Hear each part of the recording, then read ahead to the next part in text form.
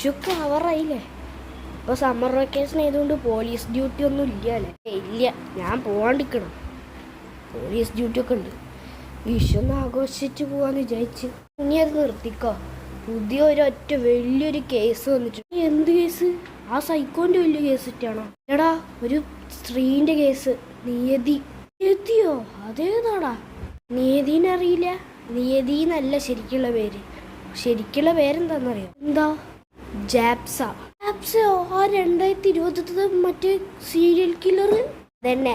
ആദ്യത്തെ serial killer കേരളത്തിൽ. ഇനി അതിൻ്റെയും കൂടി കേസ് നോക്കണം. അതുകൊണ്ടാണ് ഞാൻ നിന്നെ വിളിച്ച്.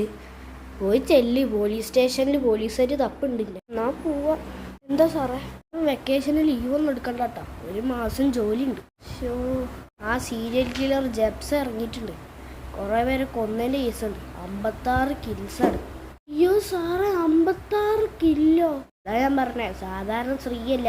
ഒരു AK-47 ഗണ്ണെടുത്ത് ഇങ്ങനെ നിലത്തൊക്കെ പിടിക്കും. ഗണ്ണ് മതി, അടിച്ച് വെടിയൊക്കെ വെച്ച് തൂക്കും അത്. അയ്യോ സാറേ, ഫോട്ടോ കാണിച്ചു തരാം.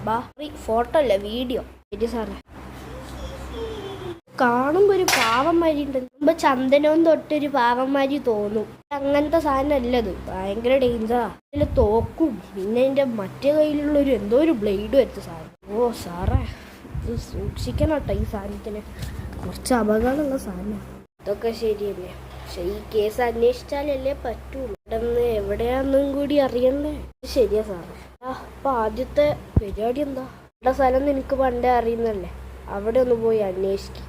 എന്നിട്ട് അവിടുത്തെ ഒരു റിസോർട്ടുണ്ട്, ഗെയിം ഓഫ് ത്രോൺസ് റിസോർട്ട്. ആ റിസോർട്ട് പോയിട്ട് അന്വേഷിക്കും.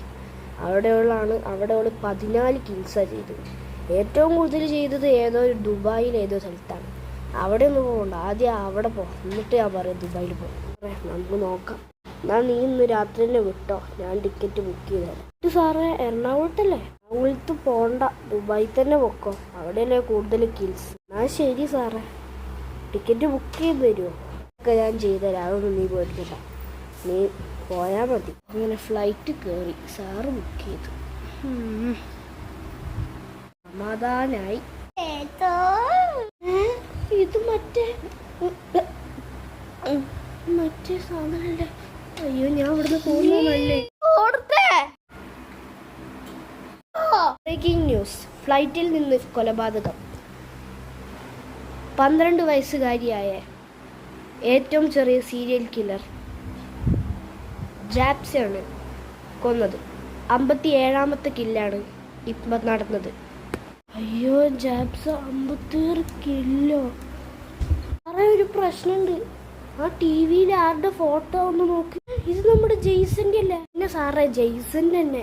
ജെയ്സനെയാണ് ഇവള് 57ാമത്തെ കില്ലായി കൊന്നത്. ഫ്ലൈറ്റിന്റെ ഉള്ളിൽ അവളുണ്ടായിരുന്നു. എന്താപ്പ ചെയ്യാ? ഇതൊക്കെ ഫയൽ കാർഡ് ഇവന്റെ അല്ലേ? എന്റെ സാറേ, സാറിന്റെ ജെയ്സന്റെ തന്നെ ഫയൽ കാർഡ് ഇതാ. പെണ്ണിനെ എങ്ങനെയെങ്കിലും പിടിച്ചേ പറ്റൂല കേട്ടോ. ശരിയാ സാറേ, എന്താപ്പ ചെയ്യാ?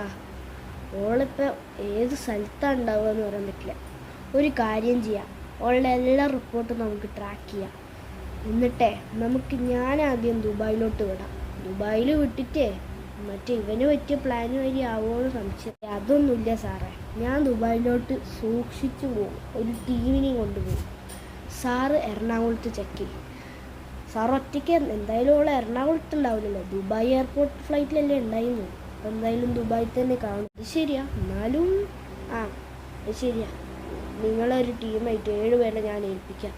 നീ ദുബായിലോട്ട് വിട്ടോ, ഞാൻ എറണാകുളത്ത് പോവാം. അതാ സാറേ നല്ല ഐഡിയ. ശരി സാറേ, all the best. All the best.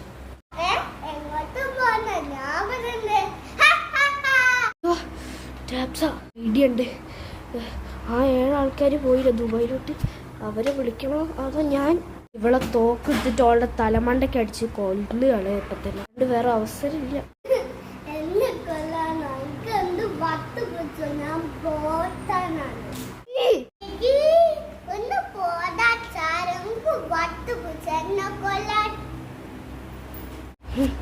എന്റെ മുഖത്തടിച്ചിട്ടുള്ളൂ. വേഗം എസ്കേപ്പ് ആവാം. ഹലോ സുനിലെ, ഒന്ന് പെട്ടെന്ന് വാടാ. ഫ്ലൈറ്റ് കയറിയിട്ടില്ലല്ലോ, ഒന്ന് പെട്ടെന്ന് വാ. ഇവിടെ ജാപ്സ് ഇറങ്ങി എൻ്റെ മുഖത്തൊക്കെ അടിച്ച് ആ തോക്ക് കുറച്ച് പാരനോർമലാണ് കേട്ടോ. അതിന് പെട്ടെന്ന് എടുത്തേ പറ്റുള്ളൂ. സാറേ പറ്റിയ എന്താ ആപ്സ ഒന്ന് കയറി? ഞാൻ തന്നോട് മൊബൈലിൽ തന്നെ പറഞ്ഞില്ല. സോറി സാറേ, കേട്ടില്ല അത്ര. ഞാൻ എന്ത് കേട്ടാനോ താൻ പറ. എനിക്ക് അറിഞ്ഞൂടാ സാറേ. സാറെന്താ ഇപ്പം ചെയ്യണ്ടേന്ന് എനിക്കറിയാം.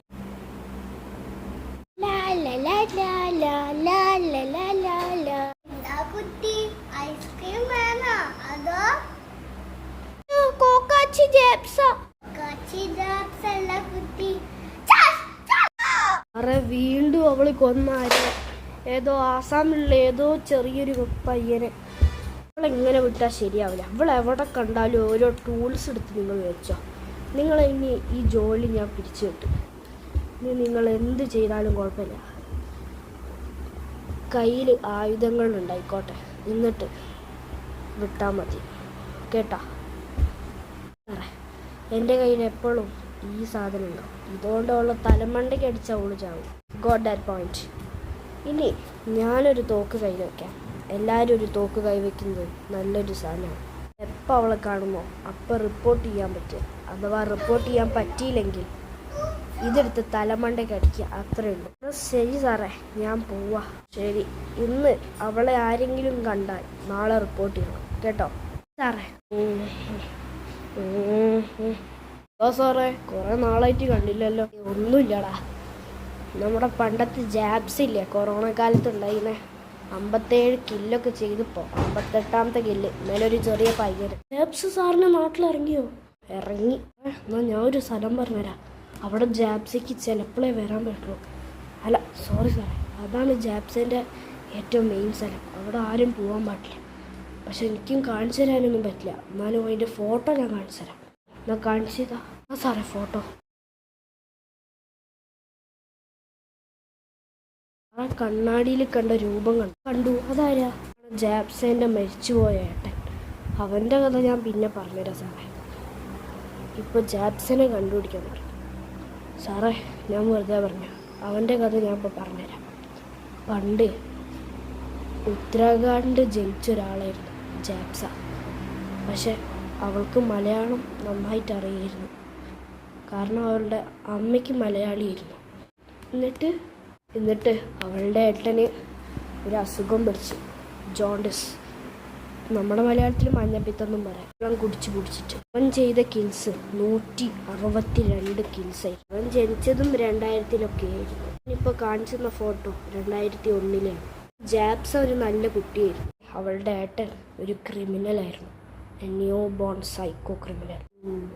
പിന്നെ അവള് ഒരു ദിവസം അവനോട് ചോദിച്ചു, ചേട്ടന് എന്തിനാ ഇങ്ങനെയൊക്കെ കൊലപാതകം ചെയ്യുന്നത്? അപ്പോൾ അവളുടെ ചേട്ടൻ പറഞ്ഞു, നിനക്കും നമ്മുടെ ഫാമിലിക്കും വേണ്ടിയിട്ടാണ്. ആ ദിവസം തന്നെ നമ്മുടെ ജാബ്സൻ്റെ ഏട്ടന് എന്തോ ക്യാൻസർ വന്നിട്ട് മരിച്ചുപോയി. ദിവസം അവൾക്ക് മനസ്സിലായി ഫാമിലിക്ക് വേണ്ടിയിട്ട് കൊല്ലാമെന്ന്. അങ്ങനെയാണ് അവള് കൊലപാതകം ചെയ്യൽ തുടങ്ങിയത്. വല്ലാത്തൊരു കഥ തന്നെ. നമ്മുടെ ജാബ്സൻ്റെ റിയൽ സ്റ്റോറി.